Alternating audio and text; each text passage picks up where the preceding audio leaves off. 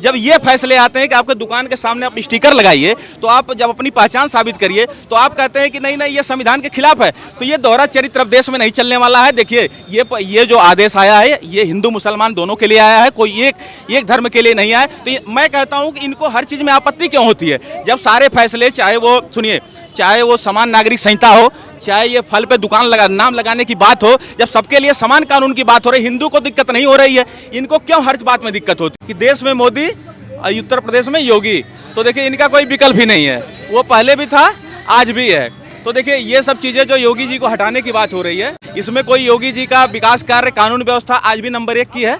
योगी जी आप law and order देखिए, जिस उत्तर प्रदेश में कभी कोई सुरक्षित सोच नहीं सकता था, कोई सुरक्षित निकल नहीं सकता था, आज उत्तर प्रदेश में माहौल कितना शांतिपूर्वक है, कितना सुरक्षित माहौल है उत्तर प्रदेश में, ये योगी जी के द्वारा ही किया गया है। मैं बता दूं अखिलेश यादव, मुझे तो नहीं लगता कि मैच्योर नेता के रूप में भी उनको जाना जाना चाहिए। आप एक दल बदल कानून जानते हैं, जो 52वां संविधान संशोधन हुआ था, अगर आप किसी भी पार्टी को तोड़ना चाहते हैं उसके कम से कम 2/3 विधायक आपको लाने पड़ेंगे।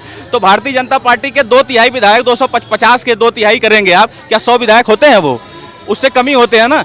तो ये 100 विधायक ला के सरकार कहाँ से बनेंगे? नमस्कार शुभम भाई, यूपी की सियासत में थोड़ा सा माहौल अलग हो गया है, बदलाव होने की आशंका हो रही है। चारों तरफ ये अफवाह उड़ाई जा रही है कि योगी जी के लिए सीएम पद से हटा दिया जाए, केशव प्रसाद मौर्य जो है वो बन सकते हैं यूपी के सीएम।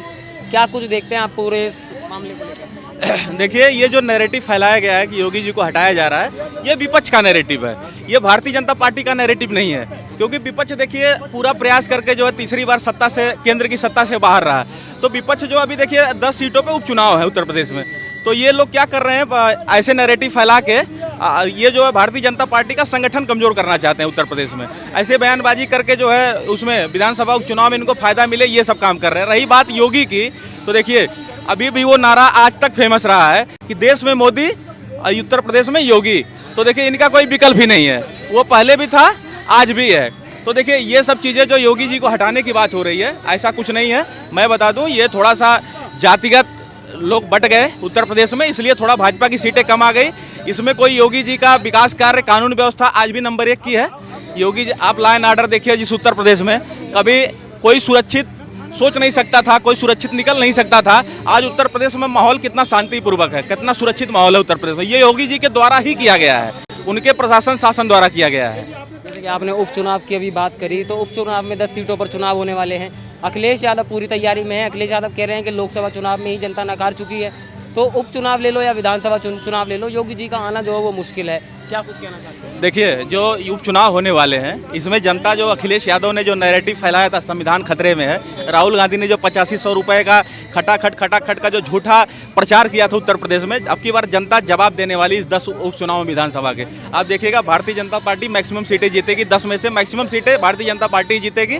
और ऐसा कुछ नहीं है कि कोई परिवर्तन उत्तर प्रदेश में होने वाला है। ये देखिए जो आला कमान जो मीटिंग चल रही है, अभी इस पे लोग अफवाह उड़ा रहे हैं, तो देखिए मीटिंग जो 10 विधानसभा उपचुनाव है इसके लिए भी चल रही है। बाकी देखिए पार्टी का थोड़ा सा प्रदर्शन उम्मीद से कम रहा, उस पर देखिए वो करना जरूरी है। देखिए आपस में उसकी वो एक विश्लेषण करना जरूरी है कि मतलब कि कहाँ से चूक हुई। तो देखिए भारतीय जनता पार्टी एक पार्षद के चुनाव के लिए भी जो है, एक प्रधानी के चुनाव के लिए अगर कोई कैंडिडेट खड़ा होता है तो ये पूरी मेहनत करते हैं। तो ये कभी भी किसी चुनाव को हमेशा ही हल्के में नहीं लेते, ये हमेशा सीरियस लेते हैं। इनका संगठन सब आपको पता होगा, भारतीय जनता पार्टी का संगठन सबसे मजबूत है। उनके कार्यकर्ता जो हैं सबसे, ये समझिए सबसे अनुशासित कार्यकर्ता अगर किसी पार्टी के भारतीय जनता पार्टी के हैं। तो ये पार्टी में बैठकों का दौर जारी है चुनाव की समीक्षा के लिए, बाकी उपचुनाव के लिए। तो ये विपक्ष जो नैरेटिव फैला रहा है, कयास लगा रहा है कि कुछ परिवर्तन होने जा रहा है, ऐसा कुछ नहीं होने वाला है। योगी जी 2022 में जीते जैसे, उससे 2027 में इससे ज़्यादा सीटें, लगभग 300 सीटें विधानसभा में आएंगी। फिर 2029 में मोदी, ये जो भाजपा की सरकार है, चौथी बार भी पुनः आएगी जो है। सर विपक्ष जो वो इस बात के लिए लेकर तूल पकड़ रहा है कि लगातार भाजपा जो काम करती आई है, दूसरी पार्टियों के सांसद खींच लिए, दूसरी पार्टियों को तोड़कर अपनी सरकार बनाने, अब भाजपा की खुद की सरकार जो वो टूट रही है, खुद के अंदर मतभेद जैसा एक माहौल बनाया जा रहा है, ऐसा अखिलेश यादव का कहना है। देखिए मैं बता दूं, ये जो आरोप लगाते रहे कि भाजपा जो है दूसरे प्रदेशों में जो है विधायक तोड़ के सरकार बनाती रही है, तो आप चले जाइए 1990 में, आप जाइए उस टाइम पे। मैं बता दूं चाहे पीवी नरसिम्हा 1991 में, पीवी नरसिम्हा राव की सरकार रही 1992 में जब बाबरी विध्वंस हुआ, जब बाबरी विध्वंस हुआ तो लगभग इन्होंने भाजपा की 4 सरकारों को बर्खास्त किया था पीवी नरसिम्हा राव ने। और सुनिए, जोड़ तोड़ की जो राजनीति हुई वो 1982-83 में भी हुई थी। ये कांग्रेस पार्टी ने ऐसा जोड़ तोड़ 2009-10 में किया था। तो जो भी पार्टी सत्ता में रहती है वो अपने मैक्सिमम सीटों पर रहने का, मैक्सिमम राज्यों में रहने का प्रयास करती है। तो जोड़ तोड़ की राजनीति भारतीय जनता पार्टी नहीं, कांग्रेस तो बड़े लेवल पे करती थी। तो ये जो नैरेटिव फैला रहे हैं कि ये जोड़ तोड़ की राजनीति, और रही बात है सरकार की स्टेबिलिटी की, तो 240 सीटें प्राप्त करके Bharatiya Janata party plus NDA को साथ में लेके आराम से सरकार चलाएगी। लोग तो इससे पहले 2009 में 206 सीटें थी कांग्रेस पार्टी की, लेकिन 5 साल इन्होंने सरकार चलाया था। अटल बिहारी वाजपेयी की 186 सीटों पे पूरी सरकार चलाए थे। तो भारतीय जनता पार्टी की तो 240 सीटें आई हुई हैं। तो अभी 1900 उसके बाद 84 के बाद कहाँ पूर्ण बहुमत किसी को मिला था? भारतीय जनता पार्टी को मिला 2014 में, दूसरी बार 2019 में पूर्ण बहुमत मिला। अब 2024 में थोड़ी सी एंटी इनकम्बेंसी जो सत्ता में होता थोड़ा बहुत होती है, तो थोड़ी सी सीटें कम हो गई, लेकिन कोई परिवर्तन नहीं हुआ। ये विपक्ष के लोग विपक्ष में ही रह गए। अब ये लोग पहले क्या कहते थे कि विपक्ष में जो है ये अब की जो सरकार बन रही है इसमें भाजपा की कोई मजबूरी आने वाली सामने, लेकिन आप देखिए कृषि मंत्री हो, गृह मंत्री हो, विदेश मंत्री हो, रक्षा मंत्री हो, यहाँ तक कि लोकसभा का स्पीकर भी बीजेपी के मन से बना। नीतीश कुमार पैर छू रहे थे पीएम मोदी के। तो जो विपक्ष कह रहा था कि अरे देखो खींचतान होगी सीटों के लिए, मंत्रिपरिषद के लिए कोई खींचतान नहीं हुई। तो ये नैरेटिव चलाते रहेंगे लोग, भारतीय जनता पार्टी शासन करती रहेगी, ये लोग विपक्ष में बैठे रहेंगे। जनता इनको विपक्ष में बैठने के लिए ही भेजी है। आप विपक्ष में बैठिए, मौज करिए, क्योंकि आपको तो कोई जनता के कल्याणकारी मुद्दे उठाना नहीं है। बस आपको जातियों में, धर्मों में जनता को बांट के बस शासन करना है। तो भारतीय देखिए जनता जानती है मुझे किसे प्रधानमंत्री बनाना है। उसने भारतीय जनता पार्टी के लिए 240 सीटें दी है, सारे विपक्ष को मिला के 240 सीटें नहीं हुई। तो जनता ने प्रधानमंत्री नरेंद्र मोदी को ही प्रधानमंत्री बनाने के लिए मैंडेट दिया है। तो वैसा चल रहा है, देश में कोई परिवर्तन नहीं आने वाला है। अखिलेश यादव सपा पार्टी ने जो है वो महाराष्ट्र के एनडी गठबंधन से अपील कर दी है कि आप हमारे लिए 100 सांसद दीजिए, हम यूपी के अंदर सरकार बनाकर दिखाएंगे। क्या कुछ देख रहे हैं? मैं बता दूं, अखिलेश यादव मुझे तो नहीं लगता कि मैच्योर नेता के रूप में भी उनको जाना चाहिए। आप एक दल बदल कानून जानते हैं, जो 52वां संविधान संशोधन हुआ था। अगर आप किसी भी पार्टी को तोड़ना चाहते हैं, उसके कम से कम 2/3 विधायक आपको लाने पड़ेंगे। तो भारतीय जनता पार्टी के 2/3 विधायक, 250 के 2/3 करेंगे आप, क्या 100 विधायक होते हैं? वो उससे कम ही होते हैं ना।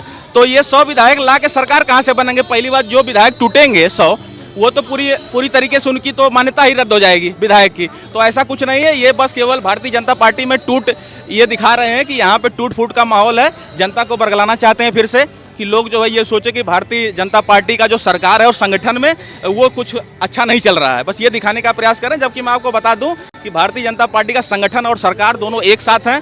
आने वाले जितने चुनाव हैं दोनों एक साथ लड़ेंगे और फिर से विजय फतह हासिल करेंगे। तो ये बताइए, जैसे कि योगी जी ने 7.5 साल करीब यूपी में राज किया, कहा जाता है कि विकास भी किया, गुंडा राज खत्म किया। केशव प्रसाद मौर्य जो हैं वो भी तो भाजपा के ही हैं, एक नेता हैं। क्या वो यूपी पर शासन करेंगे तो उनकी बराबरी योगी जी से आप क्यों नहीं कर सकते हैं? परिवर्तन क्यों नहीं? देखिए मैं बता दूं, देखिए कौन मुख्यमंत्री बनेगा, कौन प्रधानमंत्री बनेगा, ये भाजपा नेतृत्व तय करता है। तो यहाँ पे देखिए, अगर केशव प्रसाद मौर्य को उप मुख्यमंत्री बनाया गया था, ब्रिजेश पाठक को बनाया गया था। ये भारतीय जनता पार्टी एकमात्र पार्टी है जिसमें किसी को भी मुख्यमंत्री बनाया जा सकता है, किसी को भी उप मुख्यमंत्री बनाया जा सकता है। लेकिन अभी समाजवादी पार्टी जो इनका मखौल उड़ा रही है, हल्ला वो कर रही है, हंसी उड़ा रही है। समाजवादी पार्टी के अगर विधायक बनते हैं, अगर इनकी सरकार आती है, तो सबको पता है कि अखिलेश यादव के अलावा कोई सीएम बन ही नहीं सकता। ये क्या किसी अपने नेता को सीएम बनाएंगे? ये तो अपने घर भर को टिकट देते हैं। 6-7 टिकट, अब की बार 6-7 सांसद इनके घर से चुन के गए हैं। तो ये लोग खुद जो है परिवारवादी पार्टी इनकी है, अखिलेश यादव की। तो ये पता है, ये पहले अपने गिरेबान में जाके इनके जो है ना, जब अपने घर शीशे के होते हैं ना, तो दूसरों के घर में पत्थर नहीं मारने चाहिए। समाजवादी पार्टी के जो मुखिया अखिलेश यादव है ना, इन्हें शर्म आनी चाहिए। ये पहली बात, खुद अपने अलावा पार्टी के अध्यक्ष भी बन बैठे हैं। अगर सीटें बनती हैं तो सीएम भी अपने आप को ही बनाएंगे। तो पहली बात तो जनता सब जानती है, इनका समाजवाद नहीं है, ये परिवारवाद है। जो आदमी पार्टी का अध्यक्ष भी बने और खुद को भी सीएम बनाने की बात करे, तो भारतीय जनता पार्टी को क्या सीख देंगे? यहाँ पे तो आम कार्यकर्ता भी मुख्यमंत्री बन सकता है। आपने देखा उड़ीसा में क्या हुआ, हरियाणा में देखिए क्या हुआ। आप नरेंद्र मोदी को देखिए, एक कार्यकर्ता से प्रधानमंत्री बने हुए हैं। लेकिन कांग्रेस पार्टी के परिवार के अलावा कोई प्रधानमंत्री नहीं बन सकता। समाजवादी पार्टी में इनके परिवार के अलावा कोई मुख्यमंत्री नहीं बन सकता। तो ये परिवारवादी पार्टियां क्या आरोप लगाएंगी भारतीय जनता पार्टी पर, जो देश के लिए जीती है? और जो भारतीय जनता पार्टी का कार्यकर्ता है, जो नेता है, ये देश के बारे में सोचता है और देश के लिए जीता है।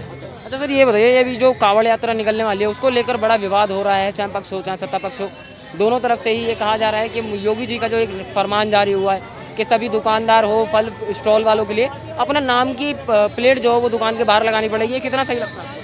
मुझे तो लगता है कि इस फैसले का हिंदू और मुसलमान दोनों को स्वागत करना चाहिए, क्योंकि मैं बता दूं यही मुस्लिम कभी स्कूल कॉलेजों में जब बुर्का बैन किया जाता है, ये कहते हैं कि बुर्का और ये दाढ़ी ये मेरी पहचान है। तो ठीक, अच्छी बात है, इस्लाम की पहचान है, सब कुछ है। तो लेकिन जब आपको नाम लिखने की बात आ रही है कि आप फल की दुकान के सामने अपना नाम लिखिए, तो आपको दिक्कत क्यों हो रही है? आप एक तरफ कहते हैं कि इस्लाम, ये चीज़ें, ये प्रतीक मेरे इस्लाम का प्रतीक है, ये चीज़ें, उधर आप अपनी पहचान कायम करना चाहते हैं। जब कोई नियम बनाया जाता है, संवैधानिक नियम बनाए जाते हैं, सरकार लागू करती है, तो आप कहते हैं मैं शरीयत से चलूंगा, संविधान फिर आपके लिए मायने नहीं रखता। जब ये फैसले आते हैं कि आपके दुकान के सामने आप स्टिकर लगाइए, तो आप जब अपनी पहचान साबित करिए, तो आप कहते हैं कि नहीं नहीं, ये संविधान के खिलाफ है। तो ये दोहरा चरित्र अब देश में नहीं चलने वाला है। देखिए, ये जो आदेश आया है, ये हिंदू मुसलमान दोनों के लिए आया है, कोई एक धर्म के लिए नहीं आया। तो मैं कहता हूं कि इनको हर चीज में आपत्ति क्यों होती है? जब सारे फैसले, चाहे वो सुनिए, चाहे वो समान नागरिक संहिता हो, चाहे ये फल पे दुकान नाम लगाने की बात हो, जब सबके लिए समान कानून की बात हो रही, हिंदू को दिक्कत नहीं हो रही है, इनको क्यों हर बात में दिक्कत होती है? इनको हर सुधार वाली चीज में, मैं कहता हूं कि इनको भी जो सुधार हो रहा है, दुनिया में परिवर्तन हो रहा है, उसके साथ चलना चाहिए। अब ये जाहिलता छोड़ के इनको जो सुधार हो रहे हैं देश में ना, उसके साथ चलना चाहिए। मैं सभी मुस्लिम भाइयों से यही अपील करना चाहूँगा। अच्छा सर, विपक्ष जो वो इस बात के लिए ऐसे दिखा रहा है, दिखाने की कोशिश कर रहा है कि ये दोनों पक्षों के बीच में एक मुठभेद का नजरिया जो पैदा कर देगी, हिंदू मुस्लिम वाली राजनीति करने की कोशिश कर रही है। देखिए, कोई राजनीति करने की कोशिश नहीं कर रही है, क्योंकि मैं बता दूं आपको, क्योंकि सावन का पवित्र महीना शुरू हो रहा है। तो देखिए, जो कांवड़िए हैं वो पवित्रता और शुचिता पूर्वक काम करना चाहते हैं, तो उनको देखिए ये पता होना चाहिए हम किसके दुकान से खरीद रहे हैं, किसके दुकान से बेच रहे हैं, उनको पता होना चाहिए। बहुत बहुत शुक्रिया।